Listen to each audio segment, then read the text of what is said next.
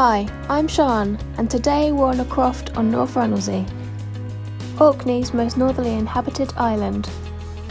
We're here to look at how to create a woodland on this windswept site.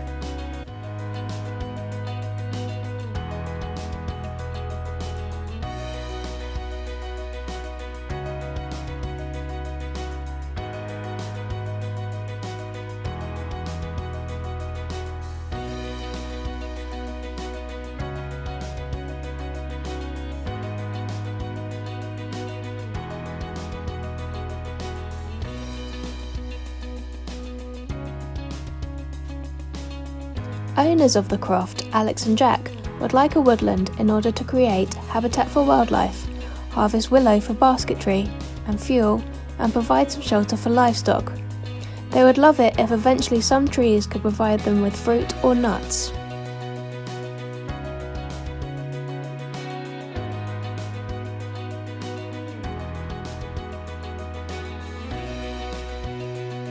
The first thing you will notice on the site is that it's incredibly windswept.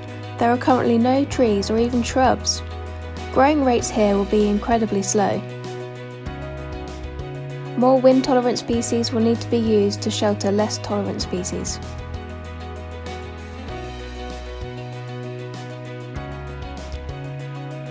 As the site is right on the coast, plants here suffer from saltburn, which will need to be another consideration for what and how it is planted.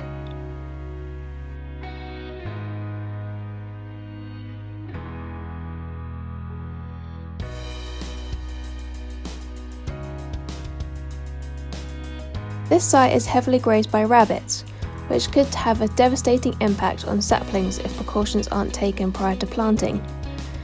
The saplings will also need to be fenced off from livestock.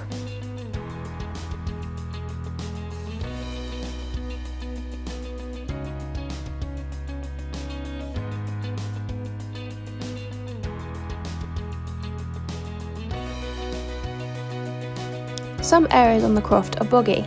These are important habitats for wetland bird species which breed here.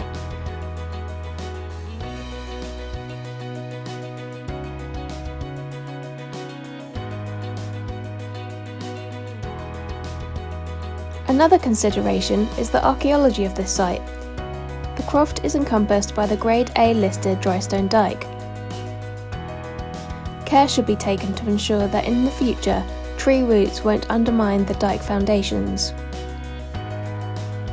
Usually one of the main problems when it comes to tree planting is predation from deer. Luckily, we don't have to worry about that here.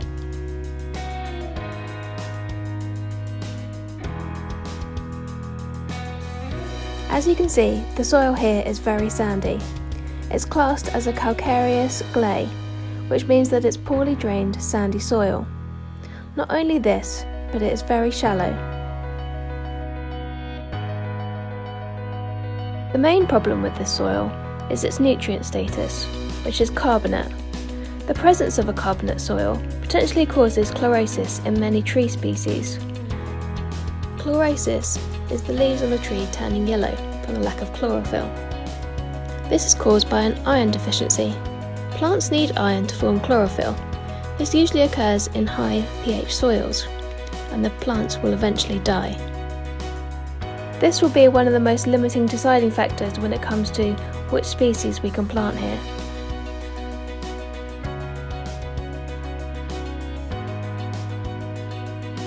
Most importantly, the woodland here will need to be planted within a shelter belt. The first shelter belt will almost provide a sacrificial band of trees, within which other trees can become more established. The shelter belt should have a range of heights, allowing the wind to filter through the semi-permeable upper canopy, rather than hitting the shelter belt like a wall and knocking it down. The species to steer clear of in this site is Scots pine, which doesn't tolerate windy or salty conditions. Species which will tolerate the climate, and in particular the soil nutrient status, are sycamore, grey alder, rowan, Sitka spruce. These species will be used in the shelter belt. Inside the shelter belt, we can look at slightly less wind-tolerant species such as beech, common alder, hornbeam, small-leaf lime. Another consideration is the provenance of saplings. Provenance refers to where the parent tree was growing, whereas the origin refers to its genetic makeup, which will have evolved to the environmental conditions around it. Local provenance is critical for extreme environments such as this, to ensure adaptation to local conditions. The saplings used on this site will need to be from northern and coastal provenance. The saplings will be planted denser than needed. Their development and growth will be speeded up by the mutual sheltering effects of close planting. They can then be thinned out once the woodland has become established, providing an extra output of timber or fuel. When it comes to choosing saplings, smaller plants are more sheltered near the ground and can develop good root systems before putting on height. Saplings should be between 15 and 40 centimetres for exposed locations. Cell-grown trees tend to be softer when compared to field-grown bare-rooted transplants. At an exposed site, bare root trees would be a better choice. Cattle can also be used to prepare the ground for new planting by eating down the vegetation that needs to be cut through for notch planting and creating bare ground through light poaching. Large numbers of trees can be planted fairly quickly by means of notch planting. A T-shaped slot can be cut with a spade as deep as is needed to take the roots. The top of the T can then be levered open with the spade and the roots slotted down into the slit until the plant is at the correct depth. The ground should then be trodden firmly back around the roots. Then an organic mulch should be used to suppress weeds and maintain moisture in the soil. Luckily here we have access to large amounts of seaweed on the shore. These can be collected after rain has washed away the salt deposits. Sheep's wool can also be used as an organic mulch.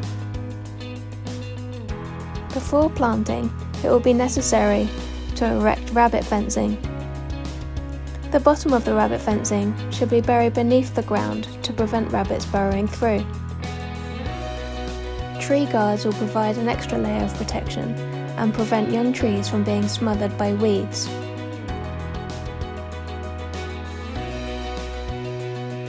Until young trees become firmly established, for up to 5 or even more years, they will need ongoing monitoring and maintenance. Ongoing weed control will give them the best chance of growing well.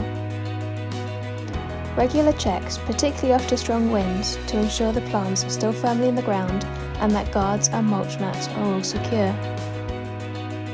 Regular checks for damage by rabbits or livestock to the fences and trees. Occasional beating up, which is the replanting of trees which have died in order to maintain the mutual sheltering effects. Wet woodland describes a range of woodland and scrub that occurs on poorly drained or seasonally waterlogged soils, such as on the edges of wetlands, and is a priority habitat in the UK. As well as being important to a range of invertebrates such as weevils, craneflies and moths, its structure can provide shelter and warmth within more open habitats. If left unmanaged, wet scrub will continue through its natural successional stages and develop into woodland. It may encroach into and dry out important open wetland habitats. This is why grazing is an important tool for managing wet scrub and woodland, to ensure these open habitats remain and retain their value for wildlife. Cattle find young shoots palatable and will break up blocks of scrub and open up access for further management by trampling and browsing. Bay willow, white willow, goat willow and purple willow all grow in moist or poorly drained soils and on a range of soil acidities.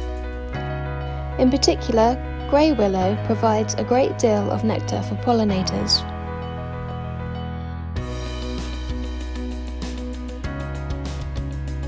Although many woodlands are created for the production of timber for manufacturing or fuel, the slow growing rates due to the exposed location means that this would be unfeasible here.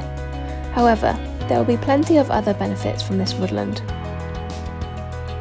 The small amounts of timber from thinning and willow coppice will provide some firewood. Willow coppice can also be used in basket weaving. Access to trees provides shelter in the winter and shade in the summer for livestock, as well as providing scratching posts to maintain coat condition and remove external parasites. A canopy also provides shelter from rain, hail or snow. The trees act as a buffer for temperature fluctuations, reducing the need to feed animals extra energy for heat production. Shelter belts reduce wind speeds, and this reduces the evaporation of water from the grass. In dry weather, particularly in spring and summer, this can be an important factor in continuing grass growth. The shelter also has the effect of increasing soil temperature in the early spring and late autumn. The minimum grass temperatures can be raised by 6 degrees, extending the growth season for grass so animals can be left out longer and put out to pasture earlier.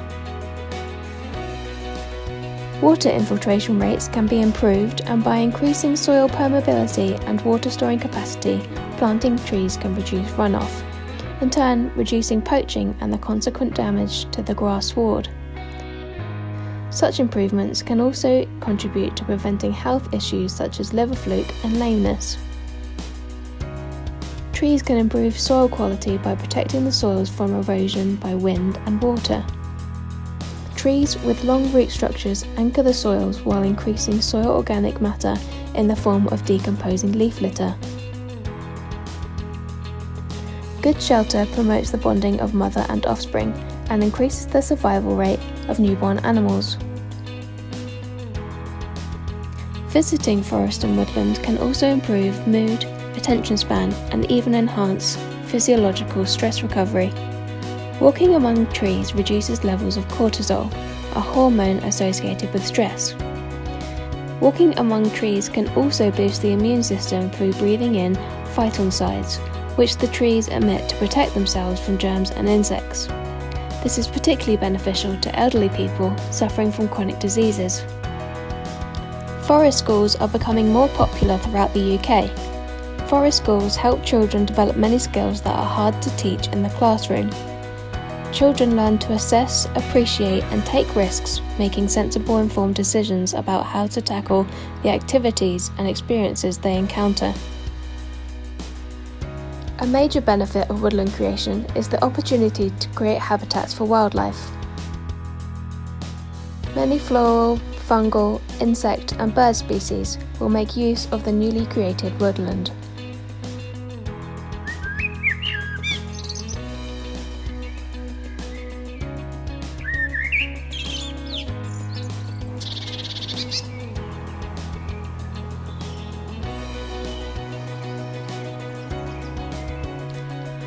Another potential benefit further down the line is the production of food, particularly nuts and berries. Once the shelter belt and woodland has been established, the most sheltered spots may be selected for growing trees and shrubs such as hazel, hawthorn, and elder. As trees grow, they absorb and store the carbon dioxide emissions that are driving global warming. Recent research estimates that a worldwide planting program could remove 2/3 of all of the emissions from human activities that remain in the atmosphere today. Scotland's forests currently cover 18.8% of the total landmass area, and the Scottish Government's forestry strategy is to increase this to 21% by 2032 in an effort to tackle climate change.